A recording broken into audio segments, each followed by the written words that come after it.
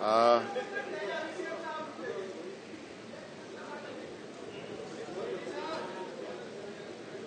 आज के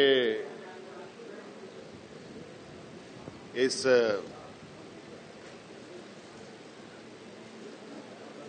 प्रेस वार्ता का जो विषय है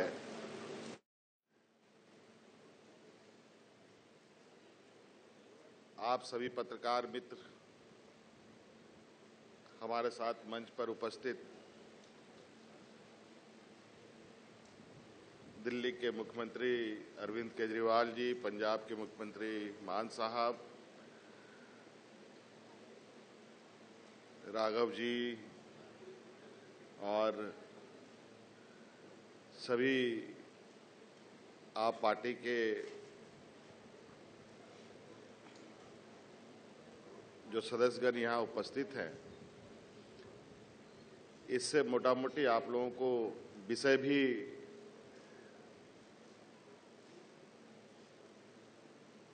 का भी आप लोग आकलन लगा पा रहे हैं कि आज किस विषय को लेकर यहाँ आए हैं। और मैं चाहूँगा कि इस विषय पर बड़े भाई अरविंद केजरीवाल जी कुछ बात रखें, तत्पश्चात मैं अपनी बातों को रखूंगा। सबसे पहले मैं झारखंड के ऑनरेबल सीएम हेमंत सोरेन जी का तहे दिल से शुक्रिया अदा करना चाहता हूं कि आज उन्होंने बहुत ही वार्म और अफेक्शनेट तरीके से हम लोगों को रिसीव किया, हमें मिलने का समय दिया, हमारे साथ बहुत लंबी चर्चा की।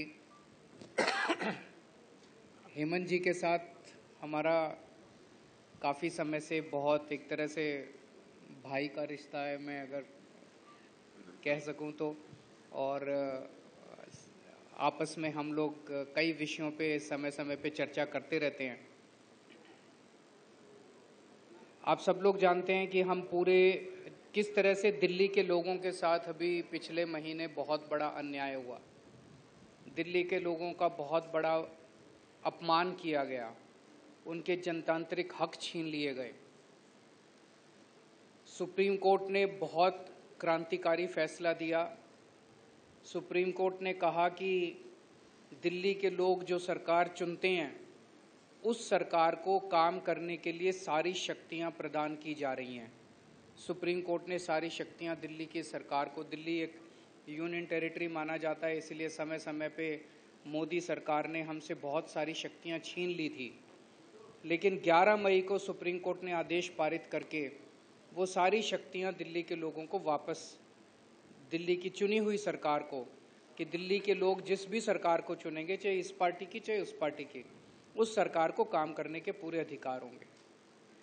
दुर्भाग्यवश 11 मई को ये ऑर्डर आया और 19 मई को, 8 दिन के अंदर 19 मई को रात को 10 बजे रात के अंधेरे में मोदी सरकार ने अध्यादेश जारी करके सुप्रीम कोर्ट के आदेश को पलट दिया। मोदी सरकार ने कहा कि नहीं, दिल्ली की सरकार को हम काम नहीं करने देंगे, दिल्ली वाले जो मर्जी सरकार चुने उसको हम काम नहीं करने देंगे, उसके पास काम करने के लिए कोई शक्तियां नहीं होंगी। ये तो एक तरह से दिल्ली के लोगों का अपमान है, दिल्ली के लोगों के अधिकार छीन लिए गए और दिल्ली के लोगों को बिल्कुल एक तरह से जनतंत्र के अंदर एक बेदखल कर दिया गया, पूरी की पूरी दिल्ली के 2 करोड़ लोगों को। अब ये जो अध्यादेश जारी किया गया है ये संसद में आएगा, संसद के मॉनसून सेशन में। तो बीजेपी की लोकसभा में तो बहुमत है, लेकिन राज्यसभा में बीजेपी के पास बहुमत नहीं है। उनकी 93 सीट्स हैं 238 में से। तो अगर नॉन बीजेपी सारी पार्टियां इकट्ठी हो जाएं तो इस अध्यादेश को हराया जा सकता है, इसको बिल को हराया जा सकता है। ये बात केवल दिल्ली की नहीं है, ये बात इस देश के जनतंत्र की है, फेडरल प्रिंसिपल्स की है। आज ये दिल्ली के लिए ऐसा अध्यादेश लाए हैं, कल ये ऐसा ही अध्यादेश झारखंड के लिए ला सकते हैं, राजस्थान के लिए ला सकते हैं, पंजाब के लिए ला सकते हैं, हरियाणा के लिए ला सकते हैं, तमिलनाडु के लिए ला सकते हैं। किसी भी राज्य के ऊपर कानून पास करके, अध्यादेश पास करके उसके हकों को छीना जा सकता है। ये तो एक तरह से देश की आज़ादी की बात है कि जनता सरकार चुनती है और सरकार के पास जनता के सपने पूरे करने के लिए, उनकी ज़रूरतों को पूरे करने के लिए सारे अधिकार होने चाहिए। ये एक तरह से संविधान के साथ छेड़छाड़ कर रहे हैं, संविधान के बेसिक मूल्यों के साथ छेड़छाड़ कर रहे हैं। हर हिंदुस्तानी का फर्ज है कि इस अध्यादेश का विरोध किया जाए। अभी हम पूरे देश भर में घूम रहे हैं और हमें सभी पार्टियों का बहुत अच्छा सहयोग मिला। आज काफ़ी लंबी चर्चा हुई हेमंत जी से, और मैं दिल्ली के लोगों की तरफ से हेमंत जी का और उनकी पार्टी का तहे दिल से शुक्रिया अदा करना चाहता हूं कि उन्होंने पूरा सहयोग देने का हमें आश्वासन दिया है कि संसद के अंदर भी और संसद के बाहर भी जनतंत्र को कुचलने के लिए ये जो अध्यादेश लाया गया है, इसके खिलाफ वो पूरा हमें समर्थन देंगे। और दूसरी पार्टियों से भी मेरी सबसे अपील है, वैसे मैं सबसे जाके मिल रहा हूँ, सबका समर्थन भी मिल रहा है, लेकिन बाकी और अन्य पार्टियों से भी अपील है कि वो भी जन विरोधी, राष्ट्र विरोधी ये जो कानून है इसका विरोध करें। हेमंत जी से मैं फिर से शुक्रिया अदा करता हूँ। एक तरह से झारखंड के लोगों का आज दिल्ली के लोगों को समर्थन मिला है, तो दिल्ली के लोग बहुत आभारी हैं हेमंत जी के भी, उनकी पार्टी के भी और झारखंड के लोगों के भी।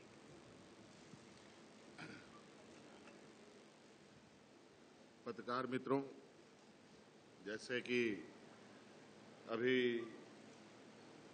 वर्तमान समय में चुनी हुई सरकार को किस तरीके से काम नहीं करने देने का एक योजनाबद्ध कार्य केंद्र सरकार के द्वारा की जा रही है, ये कहीं ना कहीं लोकतांत्रिक व्यवस्था, संघीय ढांचे का एक इस पर प्रभार है, हम इसको कह सकते हैं। और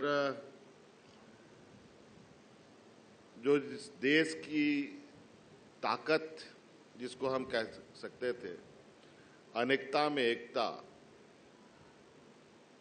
उस पर भी ये बड़ा प्रहार है।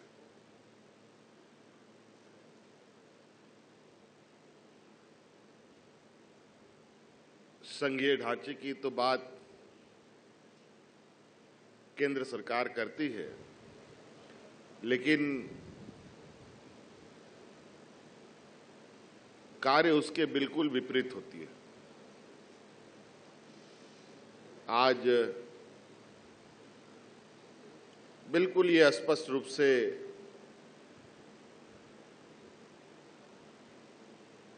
आपको ये देखने को मिलेगा, जो केंद्र सरकार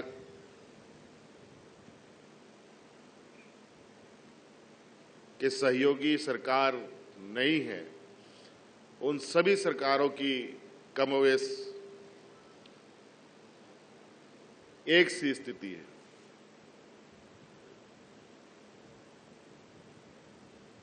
ये एक चिंता का विषय है और ये कहीं ना कहीं इस लोकतंत्र में आम नागरिक और जनता की भी बहुत बड़ी भूमिका है। विधायक, सांसद, मंत्री, मुख्यमंत्री, प्रधानमंत्री, ये तो एक माध्यम है।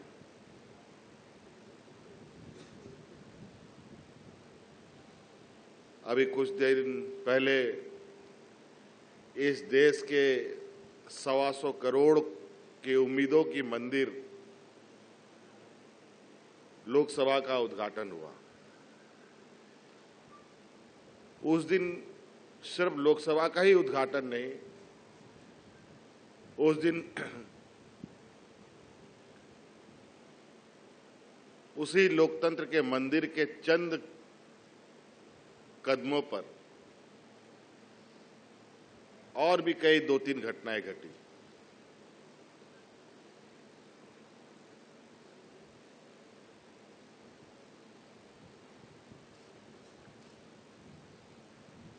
तो कहीं ना कहीं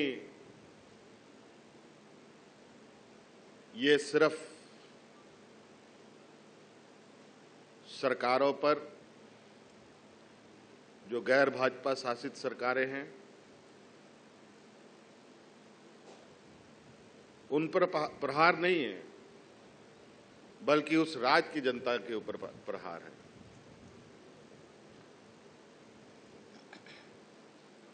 देश की जनता के ऊपर प्रहार है। इसमें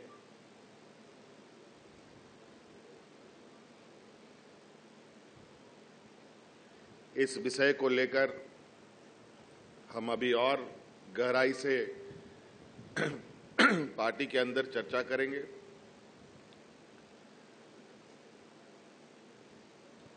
और आदरणीय गुरुजी के साथ भी इस विषय पर और क्या बृहत रूप से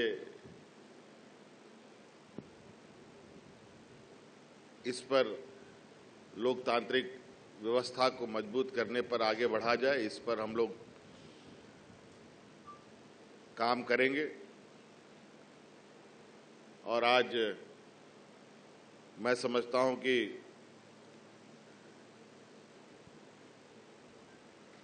इस देश के 125 करोड़ के लोगों को भी वर्तमान व्यक्तिगत अपनी वास्तविक स्थिति को ध्यान में रखकर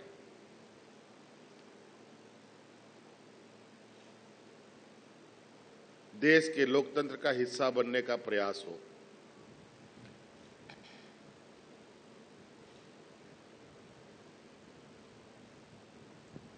हमारे इस देश को अलग करने में जो योगदान और जो बलिदान और जो कुर्बानियां हमारे पूर्वजों ने दिया है, कहीं ना कहीं उनके उन बलिदानी, उनकी कुर्बानी का भी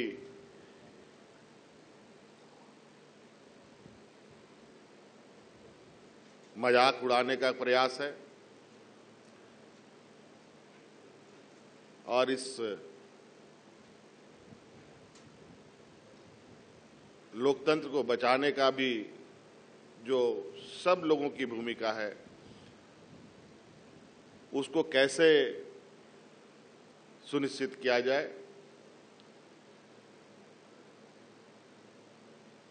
ये कहीं ना कहीं बहुत लंबी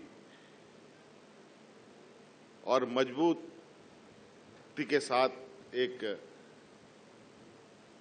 बाबा भीमराव अंबेडकर जी के द्वारा जो स्थापित लोकतंत्र है, उसको बचाने की आवश्यकता है। आज इसी कड़ी में विभिन्न राज्यों से होते हुए बड़े भाई केजरीवाल जी यहाँ आए हैं, मान साहब भी, पंजाब के मुख्यमंत्री भी यहाँ उपस्थित हैं और इस विषय पर सभी राज्यों में चर्चाएं हो रही हैं। दिल्ली के अंदर झारखंड के भी लोग हैं, बिहार के भी लोग हैं, यूपी के भी लोग हैं, केरल के भी लोग हैं, महाराष्ट्र के भी लोग हैं।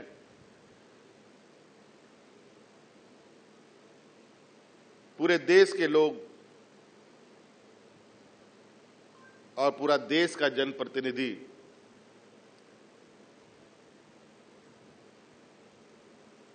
दिल्ली उनका केंद्र बिंदु रहता है।